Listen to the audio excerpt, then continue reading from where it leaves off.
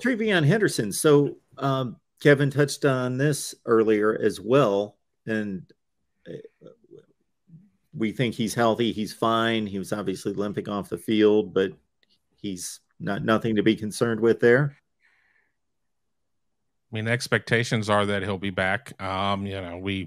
We get so little in terms of what injuries are, but Ryan Day went to the point of saying that they were expecting everything to be fine. I mean, this is, 3 practices this week, a lot of rehabbing and everything else, and then you get ready for Iowa.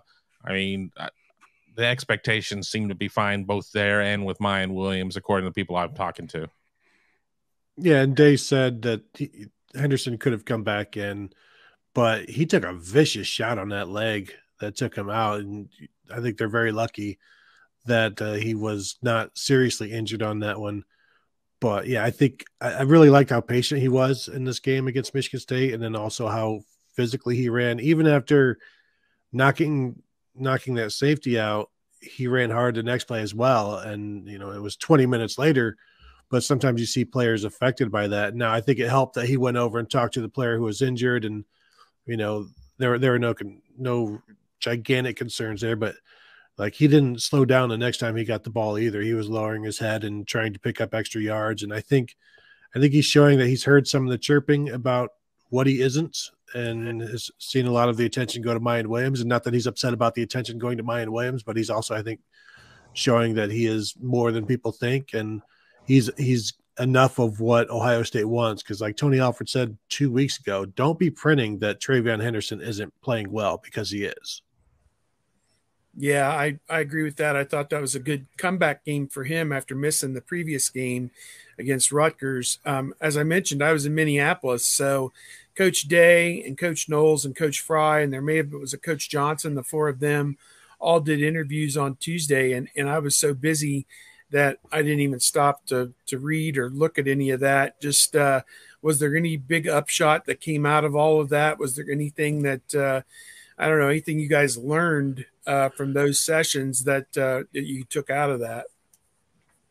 Well, I think with Day just saying basically like everybody that you expect to be back should be back for Iowa, including Jackson Smith-Njigba and Miyan Williams. So that was wow. Jordan Hancock, perhaps. No Cameron Babb just yet. But they're expecting him at some point this season. They weren't willing to shut him down. They said Melton won't go this year. Pryor won't go this year.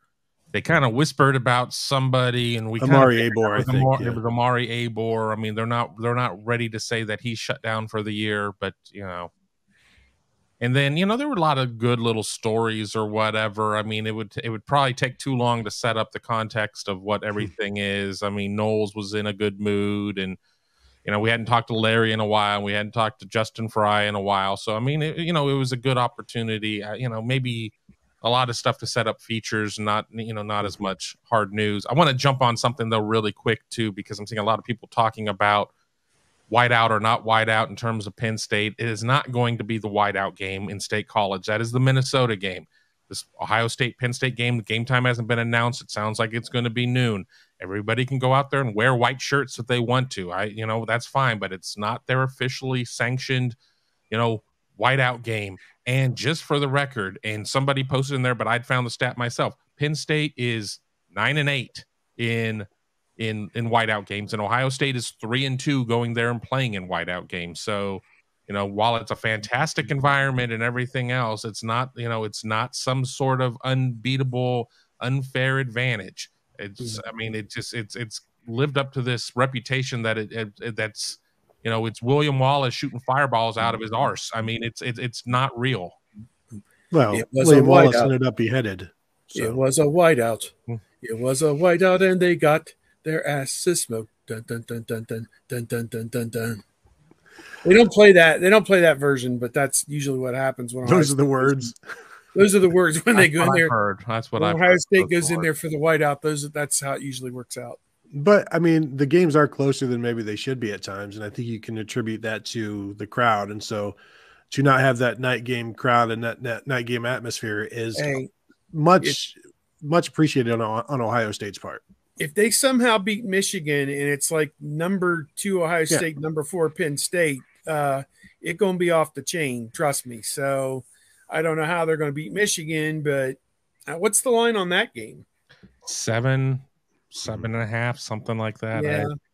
I haven't 7 looked right now. I haven't looked recently with Ohio State not playing. I in sports gambling is illegal at Bushwood, sir. I mean, I'm not gonna really care that much until January 1. And I never slice. Yes. I never slice. Well, my friend was in Vegas, and I popped in 2 parlays for him last week, and the only game out of the 2 parlays, like 7 games that I hit, was Texas A&M plus 24 against Alabama.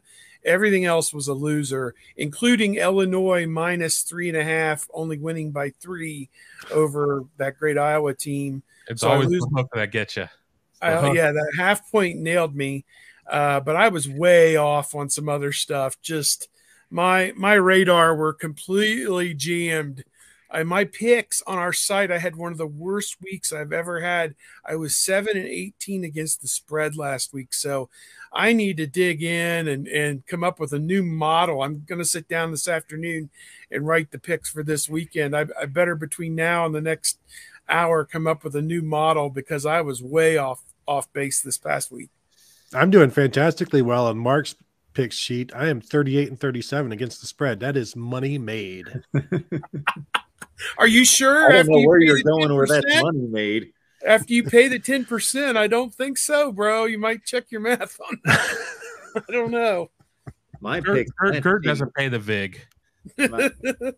My picks on our 12-pack are pretty lousy, but for some reason, I picked the rest of the top 25, and I've done, I guess, much better because I'm 11 games over 500. So good segue from Steve. I'll sell our Patreon. I went 15-7 against the spread last week, but I'm only 66-57 for the year. So maybe that's squeezing out a couple pennies, possibly. A couple units. You got to go like 53% against the spread to make money. That's about where that is. We usually do about 60%. So hopefully I'll have a big finish. Still young. Season is still young. Yes. So, if I recall, Mark, you came on strongly last year. Yes, I believe I did. So that's usually the track record. Once you learn more, you start to become an expert. You can't just be an expert in September. Well, you can act like one, but you're not one until October. But that's when the dummies are supposed to be able to, make some money against Vegas. Before Vegas has figured it out, then you got a better chance in September. That's what I hear. But yeah, I always do better later in the season. Too smart for your own good right now. Oh, absolutely. Sure. That's my problem. Yeah.